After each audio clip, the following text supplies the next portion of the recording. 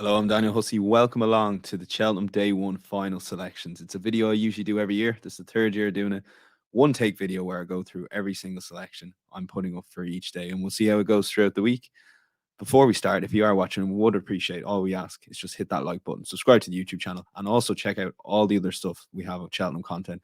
People far more experience, more expertise than I do on the channel here, but also on Matchbook Insights. You'll find all the selections there, summaries of the preview night, handicap specials we've done, and plenty more besides that, as well as all your football action as well. It's hard to believe the Cheltenham Festival is finally here.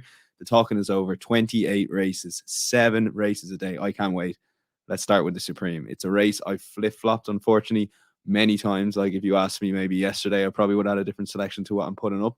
Quick honorable mention to Marine National, who I was definitely keen on, not necessarily after the Royal Bond win, but after watching the Dublin Racing Festival. My initial instinct was possibly to put up Marine National. I just think a combination of the ground, thinking about that break again, I've kind of flip-flopped, as I said, once again, to think maybe it's not as much of an advantage as I thought. Barry Connell's taking a massive risk giving the horse this time to freshen him up. It could well work, but I just think going back to Facel Vega, had he performed anyway adequately at the Dublin Racing Festival, he would be a 1 to 2, 1.5 shot here on Matchbook. No problem at all. The thing is, he didn't. We are getting a backable price here of around 3.5. I know after the race he went into 5.6.0, but nothing had been discovered at that point. Once they realized Facel Vega came back lame, the money came from it. And just the strength of this Mullins talk from the Mullins camp about this horse, it's just so hard not to put up Facel Vega. So as I said, I flip-flopped. I'm going for Facel Vega. Honorable mention and a horse I'll be backing in the without markets on Matchbook, which you can back currently looking at the without favorite or the without Facel Vega, essentially meaning you're backing without that horse in the race. It's a horse high definition, currently around 19.0 to win overall, 20.0. So you'll be getting a decent without bet there. The reason for this is, look, the ground potentially has gone against this horse. I don't think he needs good ground, but would prefer good ground. But look, he was tanking along with Facel Vega before ultimately unseating Ryder, and I guess hurdles are like the key thing for high definition. Whether he's obviously a brilliant horse in the flat. I think they'll give him plenty of hurling prep, and I just think he can, if he gets his own way out in front in the Supreme, he'll be thereabouts turning in. And I do think if Facel Vega will pass him, but I think high definition will probably hopefully stay on and finish in the place money, or at least get in without favorite market, maybe fourth or fifth if you want to play in the place markets as well.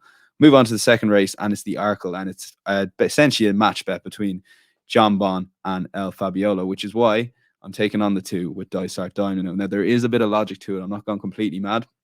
Ruby Walsh always talks about this a lot, but for those that don't know, in Leopardstown, it's 2 miles, but it's actually 2 miles, 1 furlong, and you jump 2 less fences than you do the Arkle. I think it's 11 in Leopardstown, 13 in the Arkle.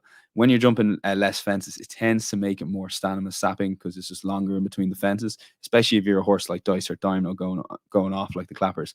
I don't think the plan of the race suited Dice or Dino. There's no way to slow him down. I think this new course, or the old course, sorry, at Cheltenham, does give him that opportunity. And I just think they'll leave him alone a little bit. Danny Mullins will know exactly the way to ride Dysart Dino here. And I think turning in, if El Fabiola or John Ponce start putting a little bit of pressure on their jumping, El Fabiola in particular, they might become under pressure. Do I think he's the most likely winner? No. That's definitely going to come from the top two in the market. But I've seen a bit of a drift there at about 7, 8.0. The soft ground, if anything, will suit Dysart Dino as well as the front two in the market. So I just think he's a crack at winning place bet. Really, really do. I can see him definitely finishing top 3 so long as he doesn't go out too hard in front. And I think he's got a chance of being the top 2 in the market. These John Bon and El Fabiola are 2 phenomenal horses. And part of my bias, maybe perhaps I'm going with Dysart Dino, is I can't split them. But at the same time, I think he's a brilliant horse. So that's the selection for me. We'll go on a little bit quicker there. Sorry, check the time. We'll go to the Ultima. And I do like the favorite Carrick Rambler. I'm going to be boring here, but you're still getting a 7.5, 8.0. And the Matchbook Betting Exchange, do check out the win market prices and the place market prices, maybe that hour or two before racing starts, or even in that 10 minutes, because you'll invariably get a bigger price than you would on a sportsbook. But I think he's the obvious choice. I get in the on Tom Portu vibes when he went back to back in this race a few years ago, and he's only off a mark of £5 higher than last year, or £6 higher than last year. Sorry, having absolutely bolted in, despite the fact he got off to a rocky start after the false start there was initially at the start of the Ultima. And then I think he ended up, he was 15th at one stage around the back before absolutely cruising in. And I just think everything went wrong last year and he still won.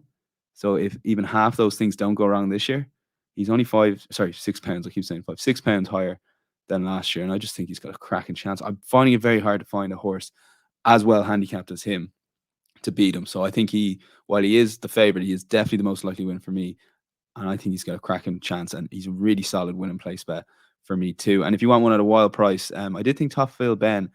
I gave him pretty much no chance in Leopardstown because I thought the trip was too short. Thought the course might not suit there, to be honest with you. And he only finished a few lengths behind the golfer. He ended up coming third. Back on a trip over 3 miles that will suit. I think he's around 34.0, 40.0 on the exchange. Well worth taking that as a small win place option as well. Onto the Champion Hurdle. I don't have a selection in this race, so I will try and summarize this as quick as possible. I've tried so hard to make a case for Stayman. He's one of my favorite horses in training. Unfortunately, there's an absolute monster in Constitution Hill who I do think will put up an incredible performance. The performance that we've heard a lot of talk about it this week when Time Form and Dan Barber was on Racing TV. It will be one of those performances that we'll be looking at ratings and trying to compare it to horses of last year, etc. So, yeah, it's going to be a pretty exciting race to watch. I'm happy not to have a bet in the race. It's just, I know that might be the boring option. Firstly, you don't have to have a bet in every race, and it just can't seem to find it. I have looked at every angle here. I like to move it. Is some did half interest me in the without markets, but I think the price of him now is probably a little bit too short. Although I do think he'll run well. But I just want to see Stayman turning in with Constitution Hill and making him produce something off the bridle. And I just have this feeling he will. He will, that is, make Constitution Hill produce something off the bridle, and he will absolutely bolt in. So I think he'll still win 5, 6, 7 lengths, but it'll be a fascinating race to watch. So really looking forward to that. But arguably, the race of the day, at least the most competitive race in the graded races on day one, is the Mare's Hurdle. And look, I'll be honest with you again, to outline a little bit of bias I have here. Marie's Rock. She's a horse I backed maybe a week or two ago. Like, the owners had always said she was going to the Mares. But the vibes from Nikki Henderson was she was going to the Stayers, and they were trying to have Epatante in Theatre Glory in this race and then have Marie's Rock go to the Stayers. Long story short, the owners seem to have won. Marie's Rock is going to the Mares, and I know the money has come for her. She's in around 3.5 at the moment, but I definitely think she's the most likely winner, because if she performs like she did last year in last year's Mare's Hurdle, she may come up a little bit short because it's a stronger Mare's Hurdle this year, right? But I think she's 7, 8, 9, 10 pounds better horse than she was last year. And I think she's just going to basically produce what she produced last year, only better. That's 7, 8, 9 times better, or 7, 8, 9 pounds clear. And I just think I can see her turning in, cruising. And I think Nico, as long as Nico gives her a quiet ride throughout, I can see her really, really going very close here, if not winning. So she's the most likely winner. The danger for me, I'd love to see Honeysuckle win. Look, I think she's going to run Amla Marie. If she turns in, the crowd's going to roar, like, especially after just watching Constitution Hill win the Supreme or the Champion. But she'll come a little bit short. Brandy Love could be the danger here. That run last time out was just to get her ready for today's race. And yeah, look, she's going to have a great chance. If Paul Town and Willie Munns are having a great day, she could even vie for favoritism off Honeysuckle and Marie's Rock. But for me, I'll stick with Marie's Rock as most likely winner. Give a shout out to Brandy Love. And look, if Honeysuckle wins, I like, people always say in betting, when you've someone backed, if you don't have someone backed, you're never going to properly cheer them in. But I think we'll all make an exception for Honeysuckle. So that's my selection in the Mares. 2 to go. The Boodles. Again, a horse I've had in mind for this for quite a while is Takao. Look, the case is very obvious. I think it's actually very similar to St. Sam, because a lot of things that thrown at Willie Munns is the fact he's never won this race, and you hear that stat without context and you think fair enough. Like, St. Sam nearly won very handy in a Boodles, only, well, not very handy, because he was only a couple of lengths clear, the third from memory, but he was beaten by Jeff Kidder, who was 80 to 1 shot on the day, and went off favourite. St. Sam was running in graded races behind the likes of Sir Eric, getting himself well handicapped. I think Takao is done the same this year. And while it is the obvious choice, again, if Willie Mullins is going through the card, this horse could go off a lot shorter than the current, I think 4.5, 5.0 on the Matchbook betting exchange. So I personally think that's a good bet as well. Honourable mentions, look, Biker's the obvious one. It is one on my very, very short list. I can see myself having a saver on Biker, so I will give him a shout out there. The case is obvious, came third in the race in Nace that's produced 3 of the last 4 winners. And I just think Charles Burns will have him absolutely ready for the day. And look, he's had disappointments with the fact Shoe First has just been withdrawn from the Pertemps yesterday. So yeah, I think Biker will really put it up to him, but Takao's most likely winner. And if you are looking for about big prices, do check out that Nace race, as I mentioned, because Metamorpheus has been put up by a lot of people on Twitter, but the case is very good for Paul Nolan as well, who's obviously had a good record in this race too. So, well, we're checking out that race in particular, but I'm going to stick with Takao with the graded form. I do think that's sometimes underbet a little bit in races like this. Finally, onto the National Hunt Chase. And look, I will probably be back in Galliard and Manil in a few of my multiples because I do think he's definitely the most likely winner. What's eking at me a little bit is that Irish Grand National when he finished third. He was well handicapped in that race, didn't quite get home. Now, that's a combination of hitting the fences. In an Irish National, you can never know.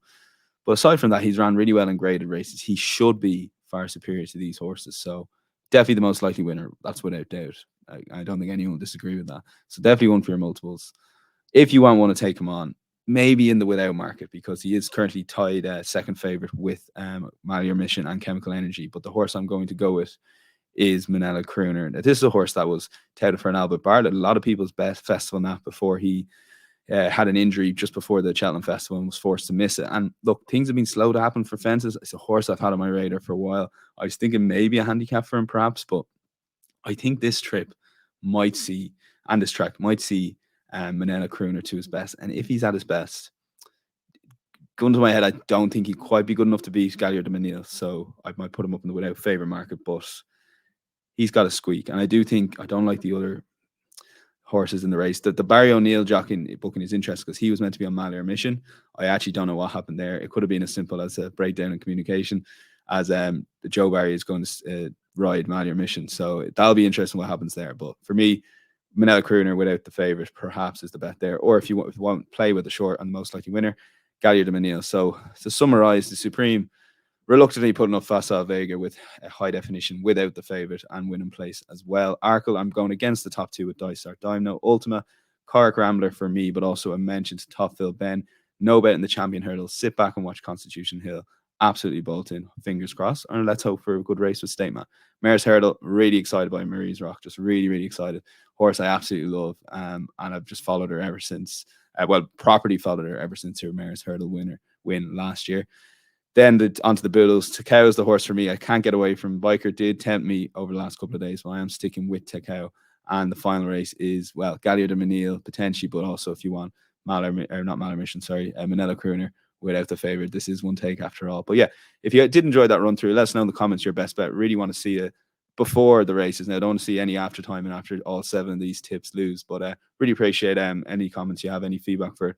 Do hit that like button. As I said, do check out all Cheltenham content on Matchbook Insights or indeed our YouTube channel. And last thing, if you are having a bet, the Matchbook Betting Exchange does invariably have the best odds. We will be best odds on the odds checker grid. So well worth checking out the 5 or 10 minutes before the off. Thank you.